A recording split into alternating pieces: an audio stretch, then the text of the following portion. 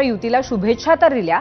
ठाकरे बंधू एकत्र आले चांगलंच आहे असंही म्हणाले, पण त्यामुळे फारसा फरक पडणार नाही अशी तळटीपही त्यांनी जोडली।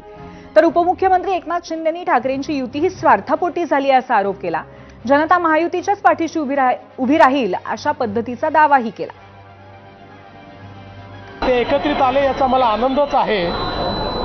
ते एकत्रित येण्यामुळे फार काही घडेल राजकीय दृष्ट्या असा जर कोणाचा समज असेल तर तो बाळबोध समज आहे। निवडणुकीतलं आपलं अस्तित्व टिकवण्याकरता जे काही करावं लागतं त्या दृष्टीने दोन पक्ष जे अस्तित्वाकरता लढतात त्यांनी केलेली युती आहे। जे लोक हिंदुत्ववादापासून फारकत घेतील, जे लोक त्या ठिकाणी लांगुल चालन करतील, त्यांची काय अवस्था होते हे विधानसभेच्या निवडणुकीत त्यांनी बघितलेलं आहे।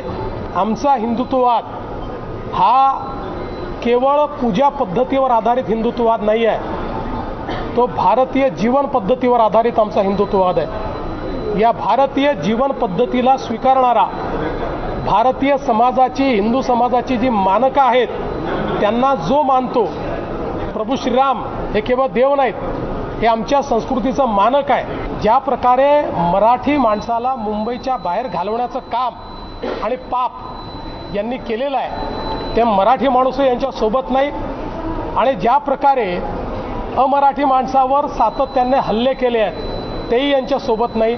मुंबईमध्ये कोणी यांच्या सोबत येणार नाही। यांचा ट्रॅक रेकॉर्ड हा केवळ भ्रष्टाचाराचा आहे।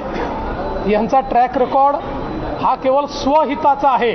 काही युत्या राज्याच्या आणि जनतेच्या भल्यासाठी होत असतात, जसं आमची महायुती, परंतु आता झालेल्या युत्या सत्तेसाठी, खुर्चीसाठी आणि आपलं अस्तित्व टिकवण्यासाठी। आतापर्यंत तुम्हीच मीडिया दाखवायचे कोण कुणाच्याबद्दल काय म्हणायचं,